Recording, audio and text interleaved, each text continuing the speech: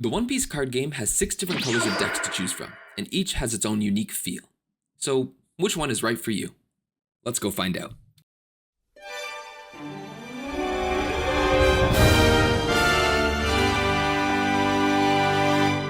To start, we have red, which is the most aggressive color. One of the key themes of this deck is the ability Rush, which many of your characters have, allowing them to attack the same turn they are played. Finally, you'll notice that each color has a unique ability within the game that they are able to manipulate or control. For red decks, this is power manipulation, allowing you to either buff the power of your own characters or debuff the power of your opponents. Let's quickly look at 3 leader examples. The first is Zoro. The theme of this deck is to summon multiple low-powered characters and then buff them up with your leader effect and deal lots of damage early on. The second is Sanji, which allows you to give one of your characters Rush each turn, as long as they don't have an on-play effect. As you can guess, you stack this deck with powerful cards without an on-play ability, and then give them Rush. Finally, one card to keep your eyes on is the Shanks Leader, being released in the next set, OP09. This leader has a defensive ability, which should pair nicely with the overwhelming offense that red has to offer. Now that's enough about red, let's move on to blue. The key themes here are draw power and top deck manipulation. What do we mean by this? Many cards in blue allow you to search the top of your deck and rearrange the cards in any order and place them back down. Why is this useful? Well, let's look at some examples. The Blue Dofi Leader allows you to reveal the top card in your deck, and if it is a 4 cost or lower 7 Warlords of the Sea card, you get to play it onto the field rested. By itself, this card is a bit of a gamble because you don't know what comes next, but then when you pair it with a Perona or a Buggy, all of a sudden, you know exactly what is coming.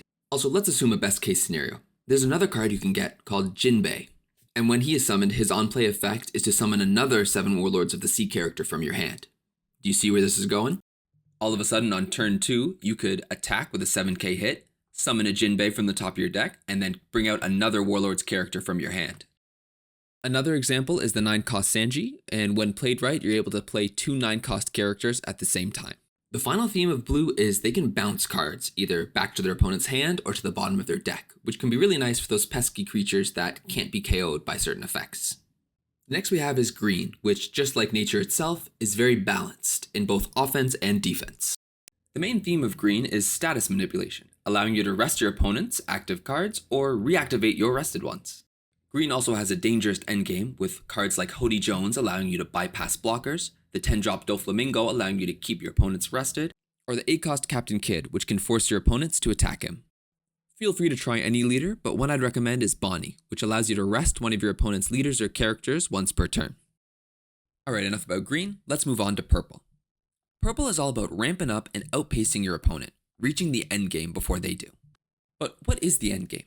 In One Piece, this refers to when most of your Dawn is now available and you can bring out the strongest characters in your deck. Purple decks are able to do this faster than other colors through Dawn manipulation. Purple decks have many abilities that allow you to either add or remove Dawn from your Dawn deck in order to activate their effect. An example of this is the purple leader Luffy, where for the price of 1 life you can add 1 additional Dawn from your Dawn deck as active. This might seem a steep price to pay for 1 additional Dawn, but in this deck you have powerful 4, 5, and 7 drop characters that you can cheat out eternally using this effect. Another powerful leader is Foxy, who, for the price of returning 3 Dawn back to your Dawn deck, you can make 1 character and 1 leader your opponent controls not refresh and stay rested on their next turn. But Dawn is a precious resource. Why would we want to return 3?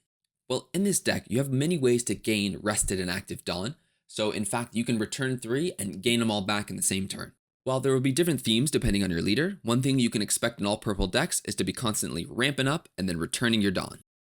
Next up is black. Do you want to avoid the risk of your opponent countering out of attacks on one of their characters? Well, just play this deck and destroy them with effects. No battling necessary. The key theme of this color is cost reduction and board removal. Let's talk about that for a minute. When I first started playing One Piece, I was very confused by this effect. Why would I want to reduce the cost of my opponent's characters? Does that make them cheaper to play? The answer is no, and to better understand this, we have to look at the core gameplay of One Piece.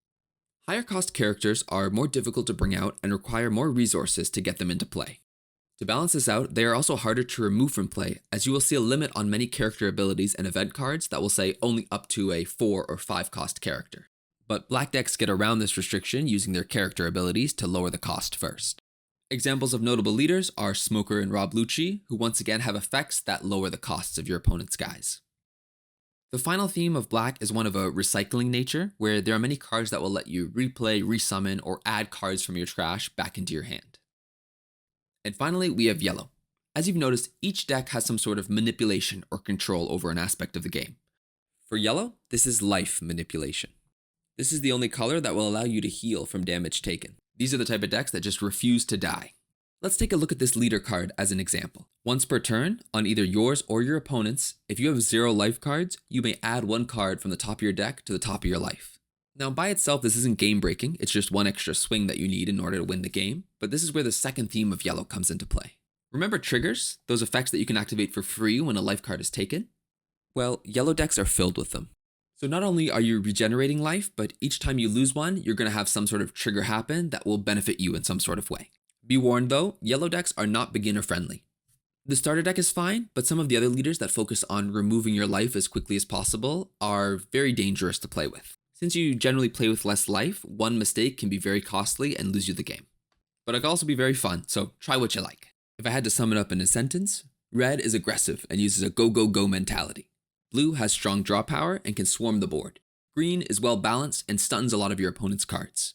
Purple turns up the speed and gets to endgame early. Black uses effects to destroy your opponent's cards, and yellow uses healing and triggers to outlast their opponent. And those are the colors. Which one called out to you? Let me know in the comments below. Oh, and if you found this helpful, please subscribe. More One Piece content coming soon.